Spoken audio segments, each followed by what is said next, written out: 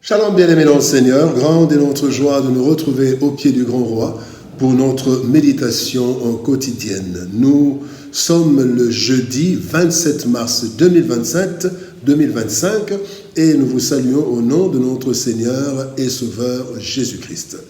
Pour notre méditation de ce jour, nous allons lire un texte dans la lettre de Paul aux Colossiens, chapitre 3, verset 12.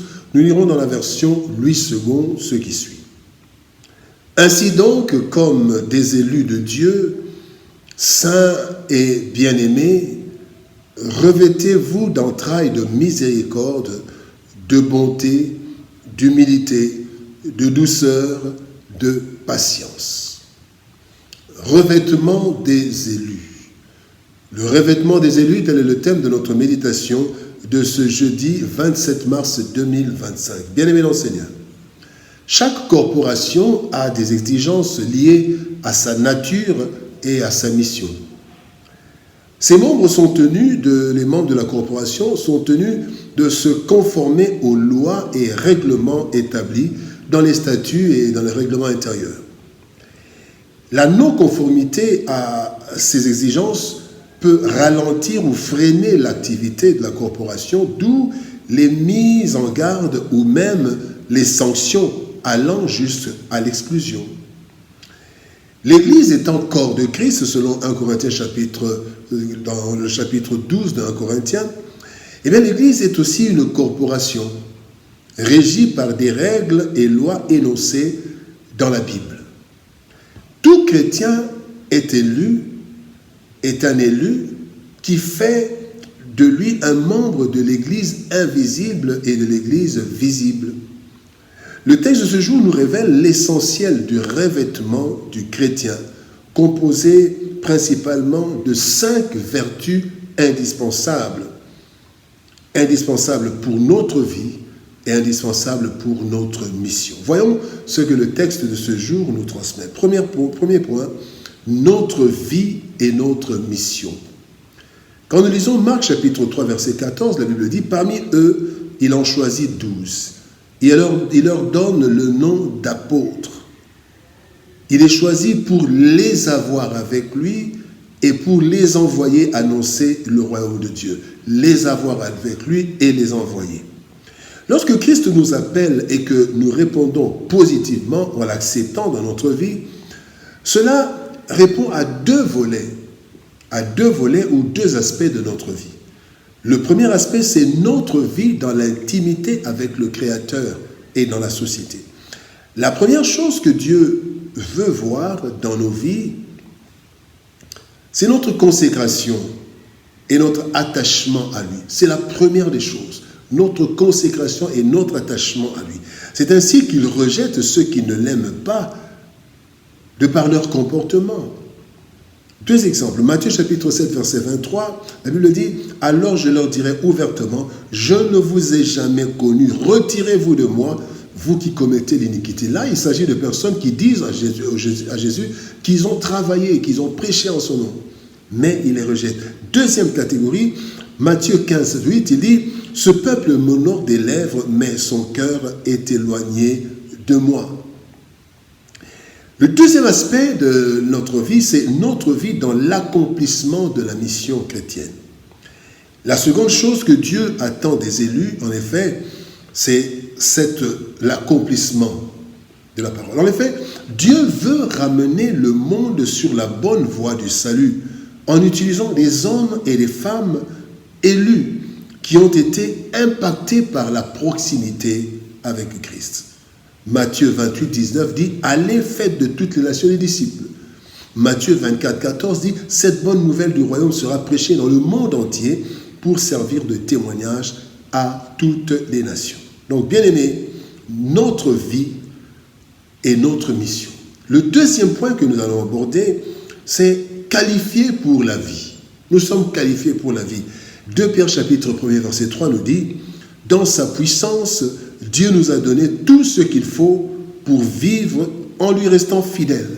En effet, il nous a fait connaître celui qui nous a appelés à participer à sa gloire et à sa bonté. » La proximité avec le Seigneur, bien-aimé, à travers la méditation de la parole, et à travers la méditation et à travers la vie de prière, eh bien aimé, cette proximité nous qualifie graduellement d'abord pour la vie, donc vivre en lui restant fidèle, pour la vie.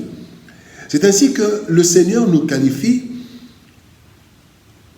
pour être les meilleurs citoyens et partout, dans la politique, dans l'armée, dans la sécurité, dans les affaires, partout à l'école. Pour cela, nous devons, dans tous les domaines de la société, revêtir les 5 vertus dont le texte du jour parle. La miséricorde pour arriver à pardonner aux autres et vivre ensemble. Il faut de la bonté pour arriver à faire du bien, malgré la méchanceté du monde, mais nous devons faire du bien. Il faut l'humilité. L'humilité est être humble afin de pouvoir être abordé ou abordable par tout le monde. Il nous faut revêtir la douceur. La douceur pour gagner ceux qui sont victimes de la méchanceté du monde. Mais aussi, il nous faut de la patience pour supporter les autres hommes et femmes qui parfois nous font du mal. Mais nous devons avoir la patience dans la société. Pour cela, voici les efforts à fournir. Nous les voyons dans 2 Pierre chapitre 1er, versets 5 à 7. Il est dit, faites tous vos efforts pour joindre à votre foi la vertu, à la vertu la science, à la science la tempérance, à la tempérance la patience, à la patience la piété, à la piété l'amour, à l'amour fraternel la charité. Donc, nous vivons, le revêtement, c'est pour notre vie. Troisième point, bien-aimé, équipé pour la mission. Acte 1, 8 nous dit, mais vous allez recevoir une force, celle de l'Esprit Saint qui descendra sur vous, alors vous serez des témoins, mes témoins à Jérusalem, dans toute la Judée, à la Samarie et jusqu'au bout du monde. Pour la mission, il nous faut un équipement adéquat qui nous rende capables d'être de vrais témoins par la qualité de notre vie particulièrement. C'est le Saint-Esprit qui nous équipe avec les 5 vertus qui servent aussi à la mission. La miséricorde, afin de pouvoir rechercher le salut, même des méchants à nos yeux. La bonté pour faire du bien à tous, sans exception de personne. L'humilité pour reconnaître que nous sommes de simples instruments et nous abaisser pour que Christ croisse. La douceur pour savoir reprendre et reprocher sans blesser à cause de la valeur de chaque âme qui est précieuse aux yeux du Seigneur, de chaque âme pécheresse. Nous sommes revêtus aussi de la patience pour pouvoir, pour attendre le temps de Dieu dans la transformation des autres à qui nous parlons de Jésus. Bien-aimés, sans ces vertus, nous risquons d'être comme Jonas. Jonas qui voulait la mort du pécheur, contrairement à la volonté de Dieu. Voici ce qu'il dit dans Jonas chapitre 4, verset 2. « Ah Seigneur, n'est-ce pas ce que je disais? C'est ce que je voulais prévenir en fuyant à Tarsis, car je savais que tu es un Dieu compatissant et miséricordieux, lent à la colère et riche en bonté, et qui te répand du mal. » Bien-aimés, revêtement des élus. Dieu nous a appelés et choisis pour être attachés à lui et accomplir sa mission dans le monde. Ce double appel exige un revêtement adéquat afin de vivre pleinement sa vie chrétienne et d'accomplir avec succès sa mission, partout où nous pouvons nous retrouver. La miséricorde, la bonté, l'humilité, la douceur et la patience sont exigés dans la vie de chaque chrétien pour la gloire de Dieu et pour le salut de l'humanité. Ayons, bien-aimés, le revêtement des élus. Prions.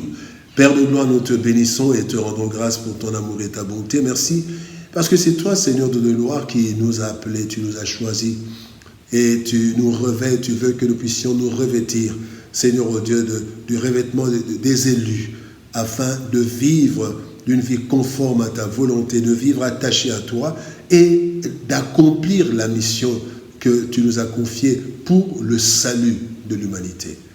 Bénis ta parole et bénis ton peuple. Au nom de Jésus-Christ, nous avons ainsi prié, Père. Amen. Bien-aimés enseignants, que Dieu nous bénisse. Shalom, au revoir. Et par la grâce de Dieu, nous nous retrouvons demain pour une autre méditation au pied du grand roi. Shalom, au revoir. Et par la grâce de Dieu, à demain.